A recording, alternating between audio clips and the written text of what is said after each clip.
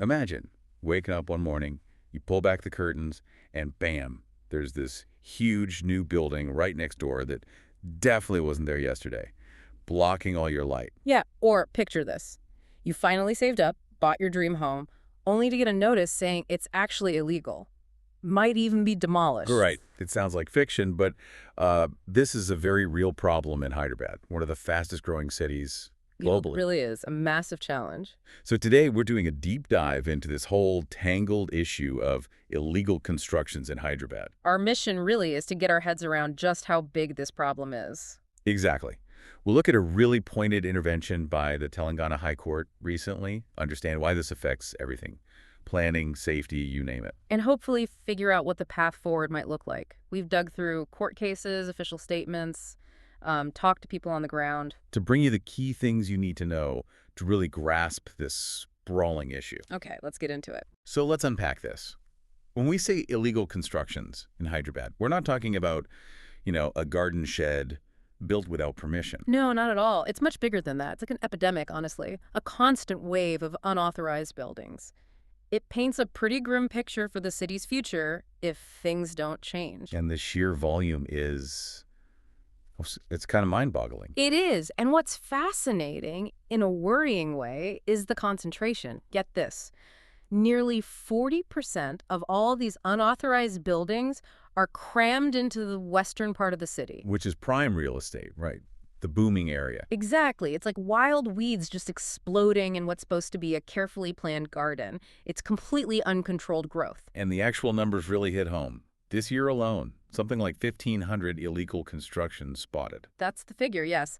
And while, okay, about 1,000 of those have apparently been demolished. It still feels a bit like, trying to bail out a sinking boat with a teaspoon. Are they actually making progress?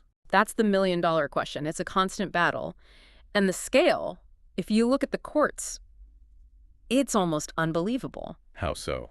Well, over the last 5 years, the Telangana High Court has been absolutely swamped. More than 250,000 writ petitions. 250,000 Oh. just on this issue. Just on these kinds of issues, yeah. That averages out to 50,000 petitions a year. Break it down further. It's about 137 cases every single day. Wow. Which means, basically, a new case related to illegal construction lands on the court's desk every 10 minutes, around the clock. That's unsustainable. It really is. It's Yeah. like the court's running this endless marathon where the finish line keeps moving further away, and we're not just talking small deviations here. Right. What kind of structures are we seeing? On all sorts. Big commercial buildings, people adding extra floors without permission, blatant grabbing of government land, major changes from the plans that were actually approved. Oh. It creates this feeling of a free-for-all, like the rules just don't apply to some people. So with that flood of petitions hitting the courts, what's been the official reaction? Has anyone really held the authorities' feet to the fire? Well, that's where things got really interesting very recently. On July 5th, just this month in 2025, Okay. the Telangana High Court, and specifically Justice B. Vijayasan Reddy, didn't just comment. He came out with some exceptionally sharp criticism. Aimed at who? Squarely at the GHMC, the Greater Hyderabad Municipal Corporation. Sharp criticism. What did that involve? More than just a telling off. Oh, much more. He really didn't hold back. He fundamentally questioned why the GHMC seems to just wait for citizens to file court cases before they even think about taking action. Reactive, not proactive. Precisely. Yeah. He pointed to a specific case, a petitioner named G. Srinivas, about an unauthorized building in a place called Maharajganj, Thatagura. And what happened there? The court had issued clear demolition directives, they call them speaking orders, which means detailed, reasoned judgments explaining exactly why it needs to come down. But despite that, Nothing happened. nothing happened on the ground, zero action.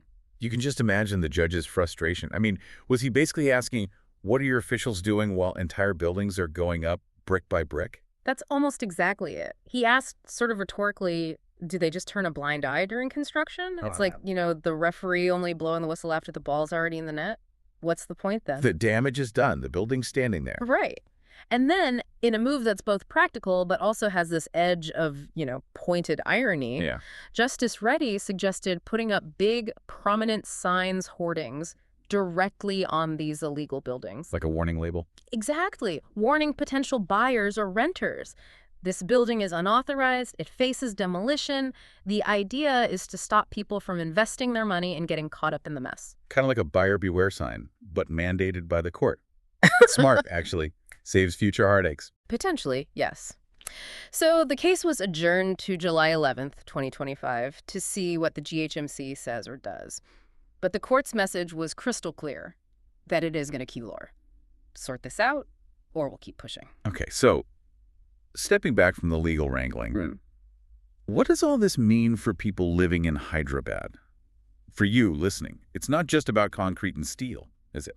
Not at all. This cuts right to the core of urban life. It's about the fundamental safety and livability of the city. Because these illegal buildings, they're dangerous, right? Incredibly so. When you skip the proper permissions, you're often skipping vital safety checks, building codes, structural integrity, fire safety, you name it. Which makes them ticking time bombs, potentially. Exactly. Prone to collapses, fires, we don't have to look far back for tragic examples. That slab collapse in Kukupalli, January 2024. I remember that. Terrible. 2 workers lost their lives. That's the human cost. The ultimate price of cutting corners and unauthorized development is just too high. And beyond the immediate safety risks, what about the bigger picture?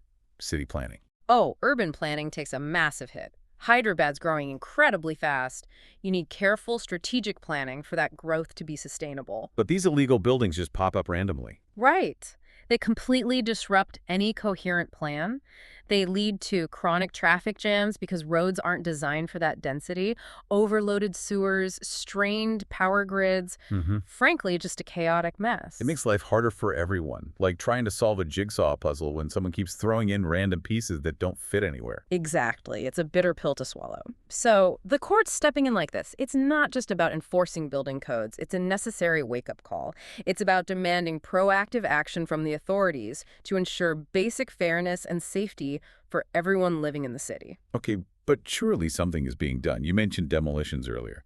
The GHMC isn't completely inactive, are they? No, not completely inactive, but like you said, it often feels like playing catch-up. They're always reacting, rarely getting ahead of the problem. So what are they doing beyond those 1,000 demolitions this year? Well, there's also the creation of HYDRAA, that's the Hyderabad Disaster Response and Assets Monitoring Protection Agency. Bit of a mouthful. HYDRIA. Okay, what's their job? They launched in July 2024.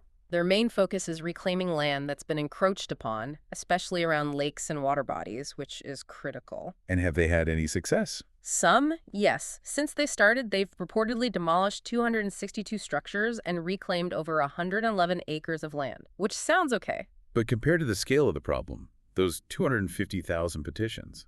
Exactly. It's a start, but it feels like a drop in the ocean, unfortunately. And what about technology? I heard whispers about a new online portal. Yes, there are plans for an online system to track violations, supposedly impose heavy fines automatically.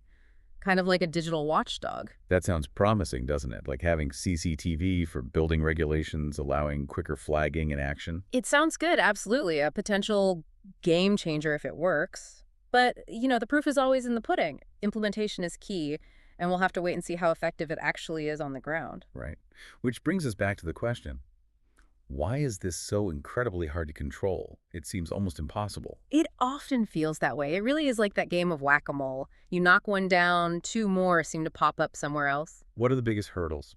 Well, first, the sheer size of Hyderabad. It's vast. Monitoring every construction site across such a sprawling city with, frankly, limited municipal resources is just a monumental task. Manpower, budget, the usual constraints. Definitely. And then, let's be honest, you can't ignore the persistent whispers and allegations of corruption.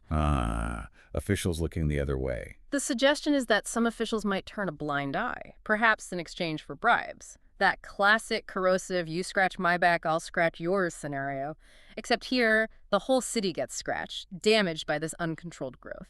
And the legal system itself can be a hurdle. Oh, absolutely. Builders are often quick to run to the courts and get stay orders. These legal injunctions can delay demolitions for months, even years, or prevent them altogether. So it becomes this endless legal battle. Pretty much. A frustrating game of legal ping pong. The case gets bounced back and forth, appeals, delays. Meanwhile, the illegal building often remains standing, sometimes even gets occupied. Nothing gets resolved efficiently. Okay, so we've got the scale, the dangers, the court's anger, the efforts being made, and these huge obstacles. Given all that, what's the way forward? How does Hyderabad start building a future based on law, not illegality? Well, thinking about the bigger picture, a few key pathways seem essential. First, enforcement, but not just stricter enforcement in general. What do you mean? Given that huge concentration in the West, maybe more targeted enforcement, focusing resources there could have a disproportionate impact, act as a real deterrent. It needs to be proactive, stopping things at the foundation stage, not waiting until the whole thing is built. That's the shift needed. Stop the first brick, not demolish the finished building. Makes sense. And public awareness. Absolutely critical. You, the public, need to be fully aware of the risks.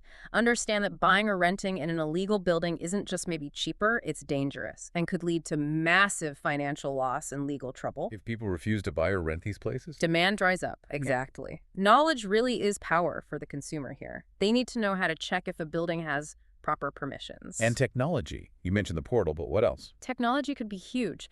Imagine not just using drones, but integrating drone footage and maybe even satellite imagery with AI. AI. How would that work? The AI could learn to spot suspicious construction activity, flag potential violations automatically, maybe even before they get too far along. It's like having a constant, intelligent eye in the sky, moving from just reacting to predicting and preventing. That could really change the game. Less reliance on tip-offs or random inspections? Potentially, yes. And finally, maybe the hardest part, political will. Always comes down to that, doesn't it? It often does. Yeah. Leaders need to genuinely prioritize this. Yeah. But more than just saying the right things, there needs to be real accountability baked into the system for officials. Meaning? Clear metrics, maybe linking performance reviews or promotions for municipal officials directly to reducing illegal constructions in their areas. Make it so turning a blind eye has real consequences for their careers. Put some teeth into it. Exactly. It's a huge challenge, no doubt, but it's not impossible. With real effort from authorities, awareness from citizens, smart use of tech, and that political backbone, you can build a better, safer Hyderabad, one legal brick at a time. So we've covered a lot today. This deep dive into Hyderabad's illegal construction problem really shows its complexity, from that sharp court criticism on July 5, 2025, to the daily flood of petitions and the ongoing uphill battle to control this growth. It's clear it touches everything, doesn't it? Safety, fairness, the whole future shape of a major city. And that judge's question really sticks with you. What do these officials do until the entire building is completed? Yeah. It just cuts right through all the excuses, doesn't it? It's a powerful demand for authorities to wake up and act decisively, proactively. Right. So as you think about all this, here's something to mull over. We live in an age with incredible technology, satellites, drones, AI. If a city with all these tools still can't seem to prevent massive, unauthorized buildings from going up, floor by visible floor, what does that truly say about its basic ability to manage its own growth, its own destiny? It's a sobering thought. It really makes you wonder, doesn't it? What's our role as citizens in demanding that transparency, that integrity, and that proactive governance in the places we call home? Something to think about.